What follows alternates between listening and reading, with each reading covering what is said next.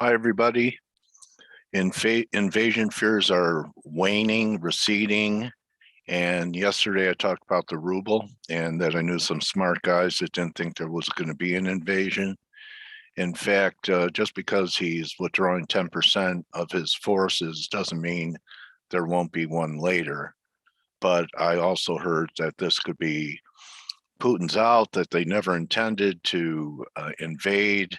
They got paid pretty good on the oil rise, natural resources prices went up. So anyway, the ruble is trading up here. I'm believing this could be a major top. This is your daily in the ruble. It's very speculative, even though most currency trades are. It looks like we could have a failing rally and we start taking out 74 rubles, we could be on our way to 70 and even lower. So even though our markets were under pressure yesterday before the turn, the Russian market, something else I talked about, looking pretty good. There's a couple ETFs you could play, RSX, ERUS. These markets look pretty constructive to me. So let's get to what FX Street specializes in, and that's currencies. So Euro's getting a relief bounce off this 1280. I have it as a fairly important pivot. It was 61.8 that we got through, and so far it's holding it. People that are following me know my long-term view on Euro is still for under the 111 handle, 110.50, 110, something like that. And then a week ago, I talked about the big reversal we had in Euro Pound. That was this weekly reversal that we had. And we've pulled back about 78.6. If you're in our main chat, which I invite you to join us daily, I post my ideas there. We've already taken profits on half of our position in Euro Pound, but I think that there's a possibility that this day we're putting in a higher low and that we could start to rally here. Protect yourself with stops under 83.40. I have mine at 55 because if it takes that low out, then we could most likely try this low 83, 83.20 level. But I'm playing this as a higher low for a possible 3 or C to the upside. 85 is going to be a very important area. If we get through 85, I think we could see 87. And I don't believe the dollar direction is going to be as important because I believe that even if the dollar doesn't rally and the top is in, that euro, I'm looking for the euro. You could just see it today, the action today. Look at, say, this candle. Look at this bounce compared to cable looking weaker. So therefore EG is telling me that when I'm bullish a dollar, that my preferred short should be in pound.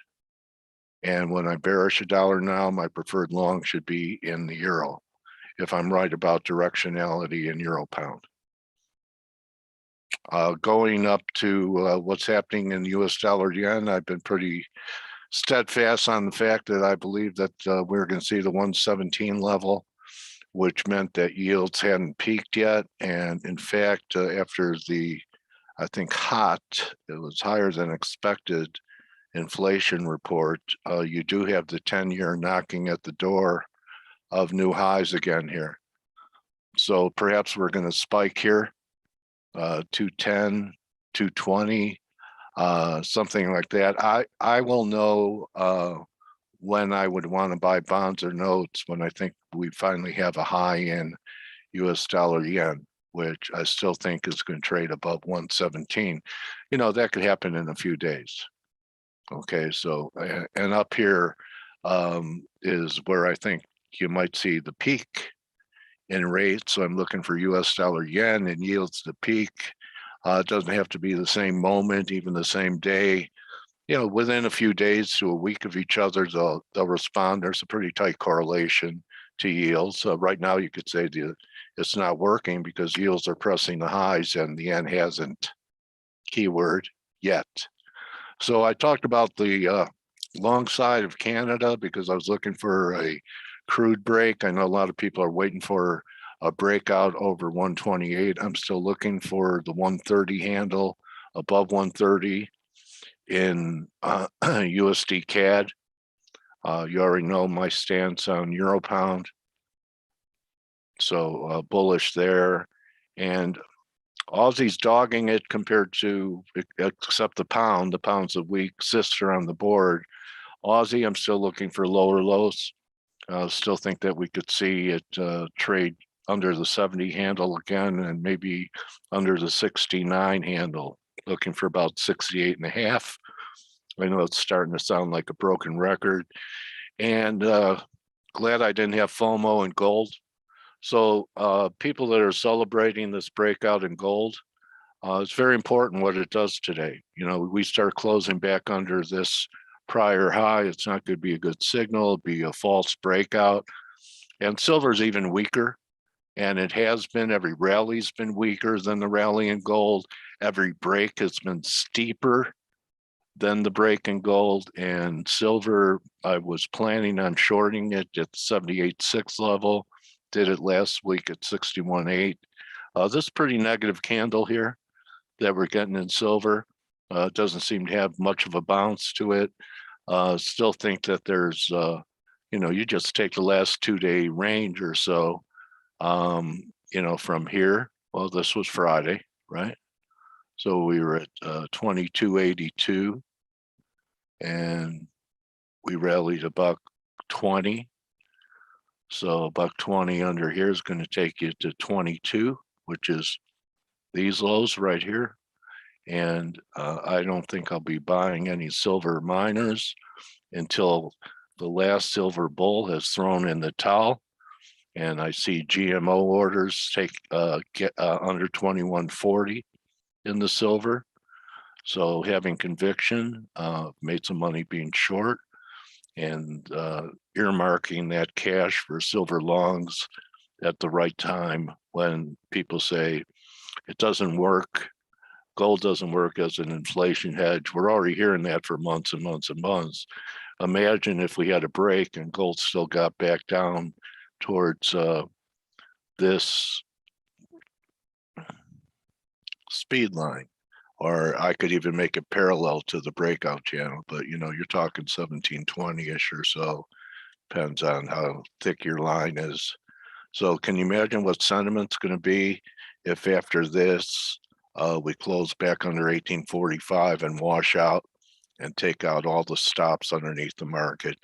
These are the people that got in looking for the invasion.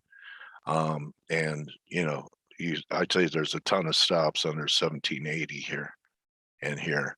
And I think we even go for this 1755 stop. If my scenario is right, we should see a pretty good washout in the coming weeks.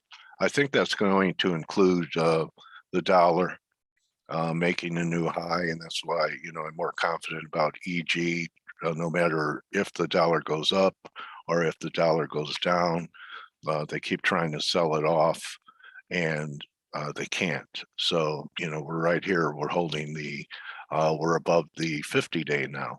So if we could start closing again back over 6.5, I'd say that the dollar bears in here thought it was over for the dollar. Here they know, well, for sure this is it. For sure. Look at that break. I wasn't expecting this steep of a retrace. But at new highs, I think will probably discourage dollar bears from trying it again, and that'll be the exact right time to start building bearish dollar positions across the board. Perhaps by then we have the bottom in the metals market as well. So gold and silver, gold bulls, you don't want to see closes back under this line. We were there intraday, but it's how the candle closes. It's about 1846. S&P is getting a lift on this. You know, possible that we have, you know, this is and I was talking about yesterday, I thought that we could, you know, have another rally. We could have another rally in here before we get a break. You know, something like equality 42.40, that was about 360 So from here, that would take you almost all the way up to 4,700 if you had equality between this and this. And the NASDAQ, a little stronger. I like this 15.5 level. In fact, I was interviewing Salah Boumidi today, and this December low is really an important pivot. I'm going to mark it here. Let's just put in a horizontal line. This is a great bull bear line in NASDAQ. Take a picture. Okay, so that was a December low. And, you know, there are a lot of analysts that believe as January goes, so goes the rest of the year. And that's why there's kind of a bearish take to the market. I mean, we are under different monetary conditions than we have been. The Fed's credibility is on the line. We'll see what happens, even though I think yields are peaking, that we could have a bear market rally in NASDAQ that could take us back to this area. I know there's a lot of people that are long from up here that would love to be able to have the chance to raise cash again up here. So we'll see. I don't see anything to do. I have higher probability outcomes than some of my other work.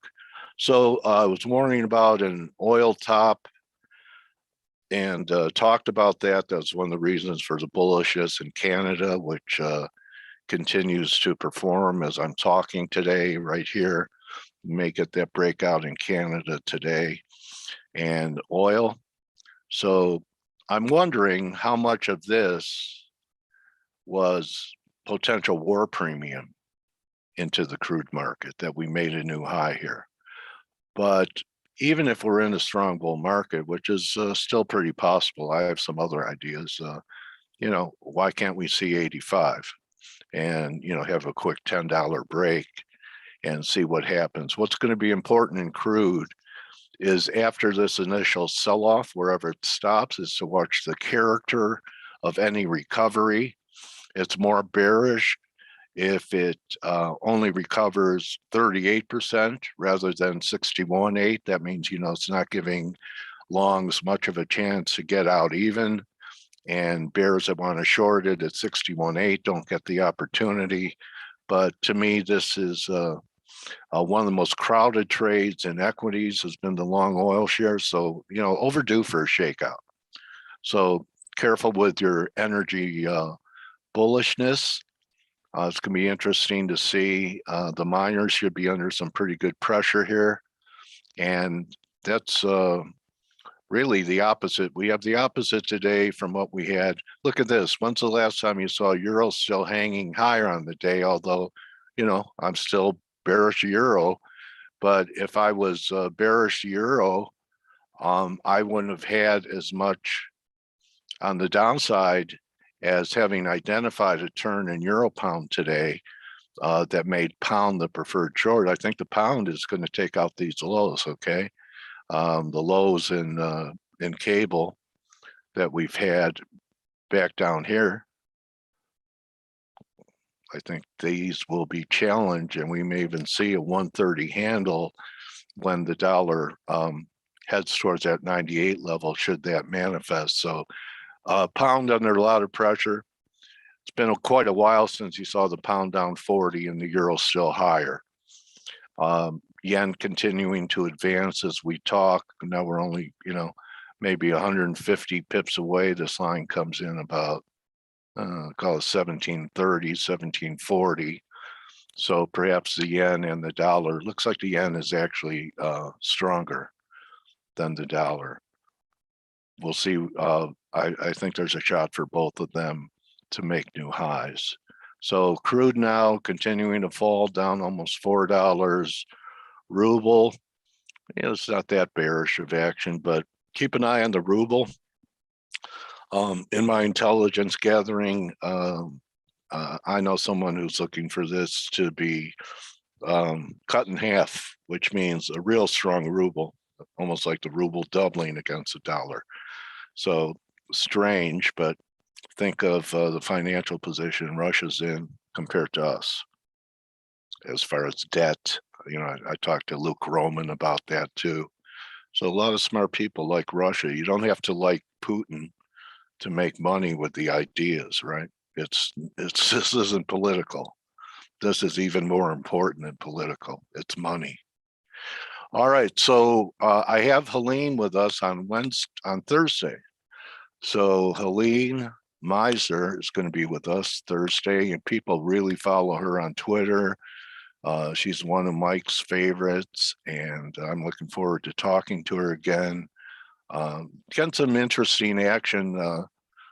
Don't draw any implications, but some of these marijuana stocks, even this one, which Mike hates. This was the crash low, the Monday low in the market a few weeks ago. And this has shown some pretty good relative strength compared to, some of the other ones like Tilray.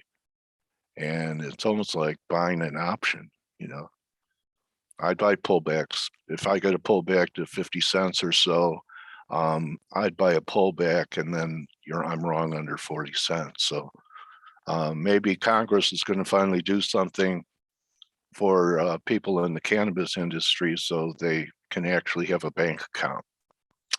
So that's a wrap, everyone. I hope I'm helping you out in a very difficult endeavor. Took me a long time to overcome some of my psychological. It's really all in our heads. You could have the greatest plan and indicators and everything, and if you have bad psychology, you're not going to be able to execute. So, I have said that we really shouldn't fear any market and just go, oh, I'm afraid of that market. What you really need to be afraid of is, and what we need to be afraid of and on guard is bad psychology. So I have to get to my shrink now, so I'm going to wrap it up. So I want to have better psychology for the rest of my trading career. And I hope that it's not just the calls and the forecasts that you guys like, but that you're learning and you understand the whys. I'm doing things. I'm trying to lay it out there so that you could, when you see it on your own, you could go, oh, I remember Coach talking about Euro Pound and how to select your preferred long and short and the correlations between yen and the 10-year yield. Some of these things that you could put in your war chest and use, teaching a man how to fish. So have a great day, everyone. Remember, don't just count your pips, count your blessings. I'll be back with you tomorrow. We'll see if the invasion's back on tomorrow. So be nimble. And before you put on a trade, know where you're wrong and know what you're looking for if you're right. If you can't answer those questions, you shouldn't be trading. Adios.